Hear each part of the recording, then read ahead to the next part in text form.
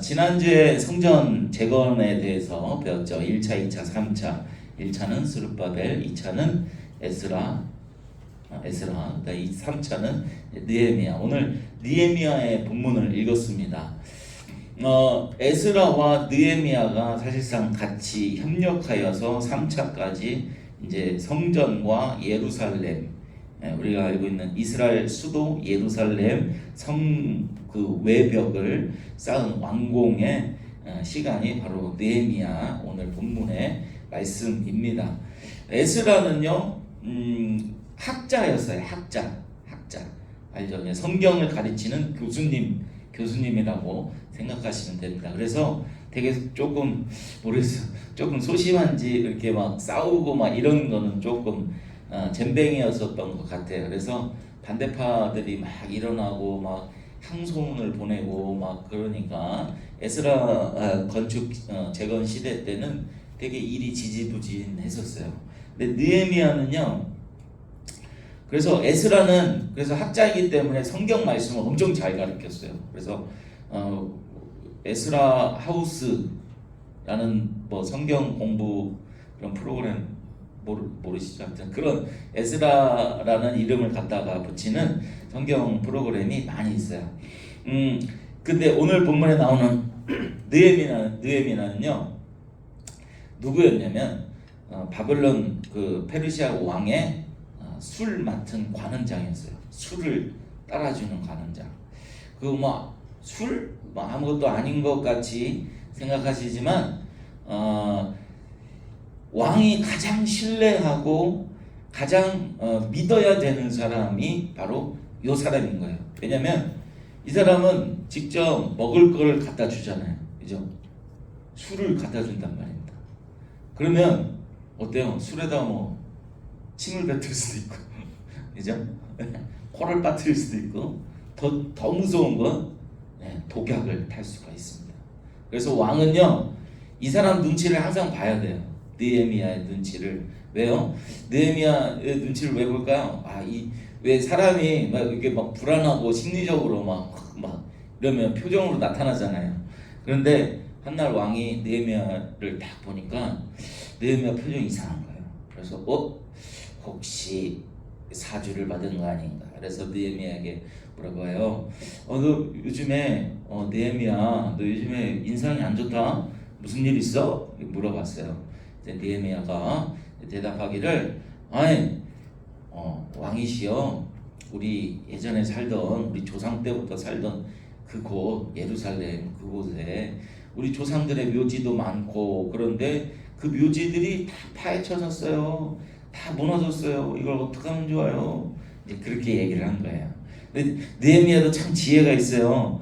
우리가 예전에 살던 그 성이 다 무너졌어요. 그 성벽을 일으켜 세워야 됩니다. 왕이시여 저를 좀 보내주세요. 이랬으면은 반란을 할까봐 왕이 안 보내줬을 거예요. 그런데 우리나라 정서도 마찬가지지만 우리나라 정서도 왜 옛날 뭐 아버지 묘, 뭐 조상 묘가 있는 자리는 다른 사람들이 잘 안 건들잖아요. 여러분들 그거 아세요? 그렇게 산이 있는데 내가 저 산을 샀어요. 근데 개발을 하려고 그래. 근데 주인 모르는 산소가 있잖아요. 그럼 그건 못 건드려요. 아무리 내 산이라도. 그죠? 우리 아시는 분들은 아시죠? 그래서 신문에 막 광고를 내야 되고 빨리 옮기라고 광고를 내줘야 돼요. 만약에 그렇게 열심히 광고를 했는데도 주인이 안 나타나서 안 옮기면 이제 그때 부셔도 되는데 그 전에 아무 이야기 없이 광고 없이 부시게 되면 벌금을 낼 거예요 아마. 하여튼 처벌을 받게 됩니다. 법에 그런 법이 있어요. 뭐 하여튼 그래서 이렇게 이렇게 하여튼 우리 조상의 묘들이 다 무너졌어요. 어떡해요? 그러니까 이제 왕이 이제 측은지심을 가지고 그럼 가서 세워라. 그런데 그때 왕이 이제 네가 하는 얘기는 내가 다 들어줄게. 내가 무슨 일이 있어도 전폭적으로 지원해줄게. 이제 느헤미야를 완전히 신뢰한 거예요. 그 말을 한 게 실수였어요. 그래서 왕은 느헤미야가 가서 한 3년 4년 요 정도 있다가 올 줄 알았죠. 근데 뜬금없이 십몇 년 이렇게 얘기를 한 거예요. 30년 느헤미야가 다 세울 때까지는 안 올 겁니다. 막 그런 거예요. 그래서 근데 왕이 뱉은 말이 있으니까 그래 가라 전폭적으로 다 지어내주라고 군대랑 뭐 이렇게 보물이랑 뭐 이렇게 돈이 필요하잖아요. 그런 돈이랑 이렇게 사람들을 붙여서 이제 느헤미야가 예루살렘에 와서 성벽을 건축을 합니다. 성벽 건축하는 가운데에서도 많은 반대가 있었죠. 어떤 반대들이 있었습니까? 그곳에 살고 있던 사람들의 반대. 야, 우리도 이거 성벽 세우는데 참여해줘. 정통 유대인들 아니면 안 돼. 그러니까 막 불지르고 저번 주에 말씀드렸죠. 그리고 같이 이제 포로 귀환을 했어요. 그런데 보세요. 이게 너무 힘든 거예요, 이게. 그래서 같이 귀환을 해서 주변에 살지만 그 일에 참여하지 않는 사람들도 있었단 말입니다. 이런 것들은 무엇을 얘기해 주냐면 성전, 어떤 성벽, 이것은 다 우리를 얘기하잖아요. 우리 하나님의 택한 백성들의 살 곳, 그 나라, 천국들을 이루어 가는 데에 그곳에 와 있음에도 불구하고 공동체와 어울리지 못하는 사람들을 말하고 있는 것이죠. 그리고 많은 사람들이 그 성이 다 세워지지 않게 괴롭히는 것, 우리가 하나님의 성전으로 잘 세워지지 않게 주변에서 방해하는 것들이 있잖아요, 그죠? 죄라면 죄, 또 내가 다른 것들을 붙들고 있는 것, 뭐 돈, 뭐 명예, 어떤 세상적인 다른 것들을 붙들고 있는 것, 그런 것들이 성전 세워가는 데에 자꾸 방해꾼으로 나타난다라는 것입니다. 그런데 느헤미야는 근데 성전을 세우기 위해서 결단을 하게 되죠. 그래서 건축공사와 공사를 하는데 무기를 준비합니다. 무기를 준비하는데 우리 PPT 한번 볼까요?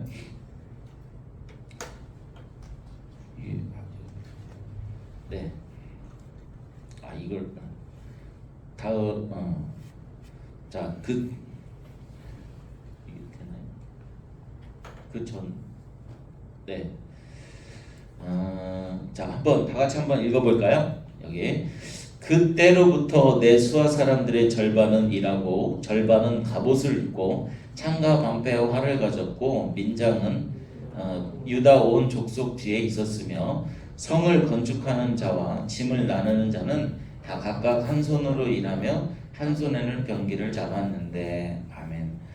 이렇게 병기를 잡고 일을 한 거예요. 얼마나 더뎠겠어요. 그러니까 몸에 불편한 게 없고 작업복을 딱 입고 열심히 일을 해야 되는데 막 군복을 입고 갑옷을 입고 한쪽에는 칼을 들고 막 칼을 차고 막 방패도 차고 막 일을 한 거예요. 그렇게 열심히 일을 했습니다. 그 다음 장 한번 볼까요?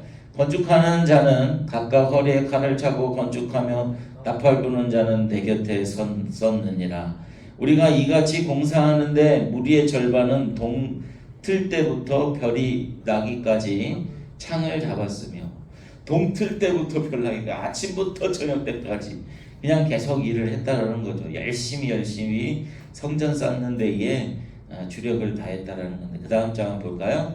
네, 그때에 내가 또 백성에게 말하기를 사람마다 그 종자와 함께 예루살렘 안에서 잘 지니 밤에는 우리를 위하여 파수하겠고 낮에는 일하리라 하고 예루살렘 안에서 사람들이 방해하는 사람들 이스라엘 백성 그 유대인들을 해치려고 하는 그 사람들을 위해서 지키는 사람 지키고 밤에는 지키고 또 어땠어요? 낮에는 일을 하고 그 파수하는 잘 때도 옷을 벗지 않는다 그랬잖아요.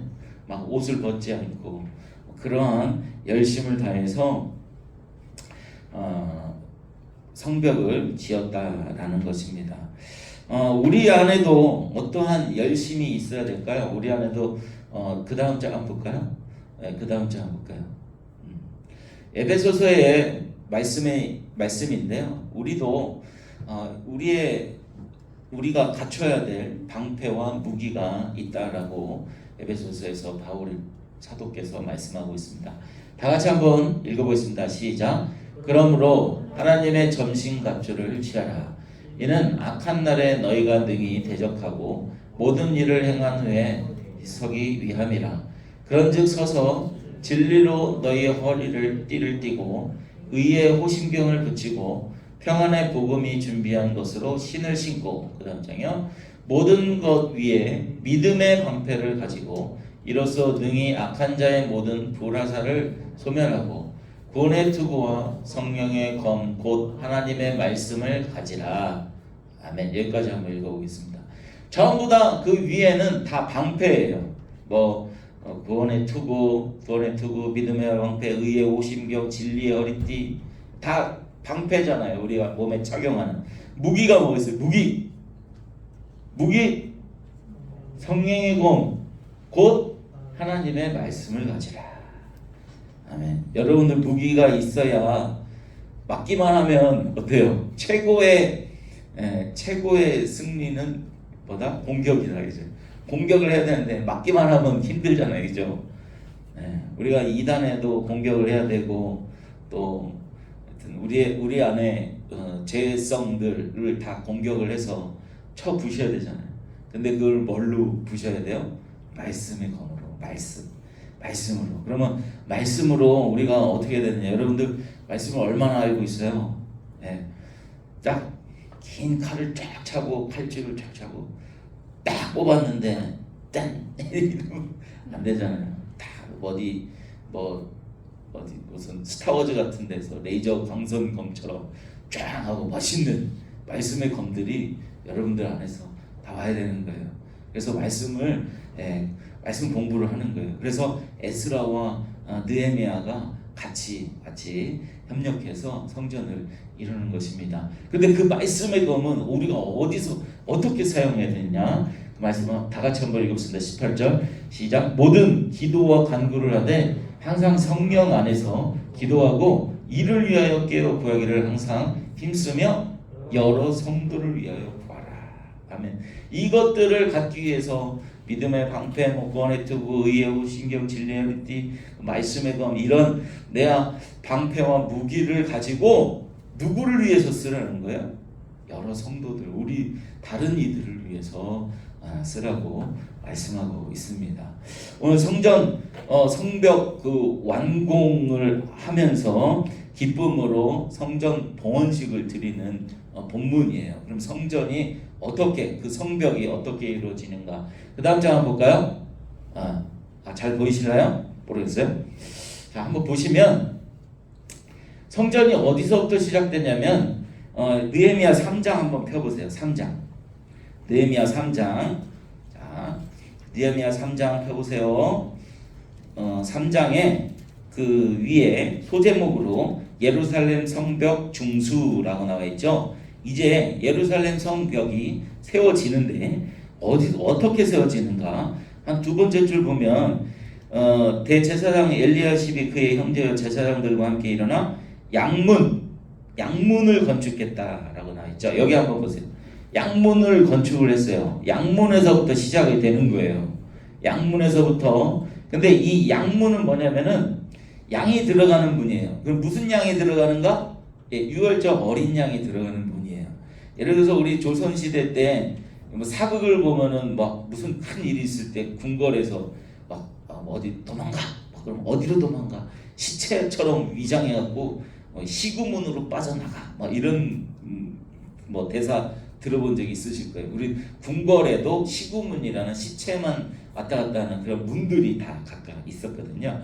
예루살렘에도 문들이 있어요. 그래서 양문, 6월절에 어린 양의 희생의 제사로 쓸 그 양들이 들어오는 문이 있었어요. 이 양문부터 성전은 세워지는 거예요. 다시 말해서 우리의 하나님의 백성들의 성은 은혜로 세워져 간다는 것을 성경에서 말해주고 있는 거예요. 예수 그리스도의 어린 양의 그 희생으로부터 그 성전은 세워져 간다라는 것이죠. 그래서 3장 3절 한번 보세요. 어문은 이라고 써있죠. 어문 이렇게 나와 있어요. 어문. 요 망대라고 써있는 거는 뭐냐면은 보초 쓰는데 보초 높은 곳에서 적들이 오는지 안 오는지 보초 쓰는 곳을 망대라고 합니다. 그래서 어문 뭐 이렇게 쭉 여러분 성경을 보면 요 순서대로 쭉 나와 있어요. 이렇게 쭉 돌아가면서 쭉 나와 있는데 맨 마지막에 보면 자 3장 맨 마지막에 한번 보시기 바라겠습니다. 3장 31절 한번 보세요. 그 다음은 금장색 말기야가 한믹관문과라고 나와 있죠. 여기까지 한믹관문 요 한믹관문까지를 세우면서 이제 성전이 완공이 되는 거예요. 자, 한믹관문은 무슨 문이냐? 오늘 본문 다시 한번 볼게요. 14장 넘어가 보세요. 12장 느헤미야 12장 39절 한번 보세요. 39절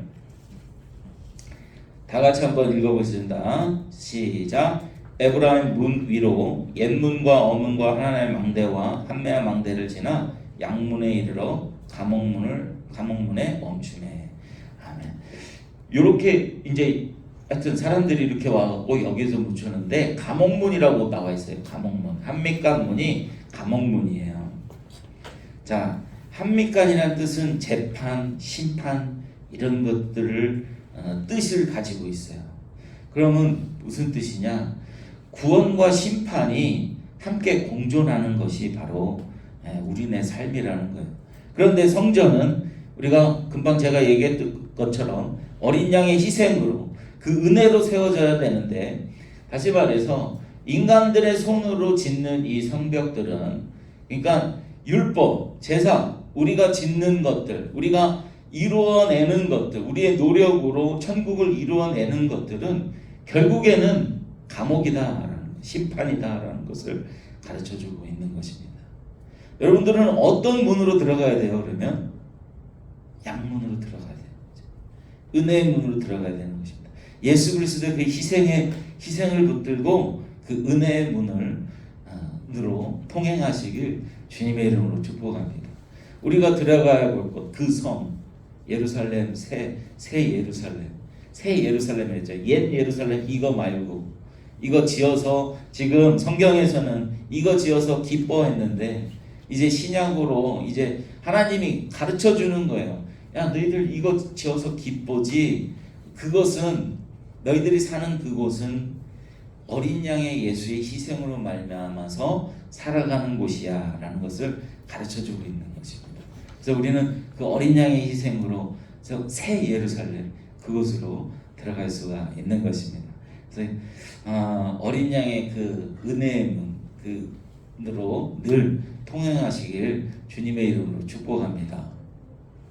아멘. 우리의 성전 짓는 그 방해꾼들, 여러분들 아까 에베소서에 나왔던 것처럼 구원의 투구와 의의 호신병, 진리의 허리띠 다 예수 그리스도를 상징하는 물품들이죠. 그런 방어적인 물품과 함께 또 공격적으로 우리가 말씀에 이 말씀이 예수 그리스도께서 우리에게 힘을 주시는구나. 말씀을 통해서 또 힘을 얻으시고 우리 안에 쌓아가는 그 성전들이 완벽하게 쌓아져가는 우리 고등부원 또 선생님들 되시길 축복합니다. 기도하겠습니다. 하나님 감사합니다. 하나님, 우리가 쌓는 성벽은 언젠가는 무너질 다 성벽들입니다만 주님께서 주신 그 예수 그리스도로 말미암아 탄생시키는 새 생명들의 그 성벽들은 무너지지 않음을 믿습니다. 하나님, 약속하셔서 에스라와 느헤미야가 협력하여서 말씀으로 짓는 그 성벽들 완공하게 해주시니 감사를 드리고, 그 완공이 더불어 우리 안에서 말씀으로 지어져가는 귀한 성벽들 되고 또 새 예루살렘 될 수 있도록 인도하여 주시옵소서. 방패와 무기를 주시는 하나님 감사합니다.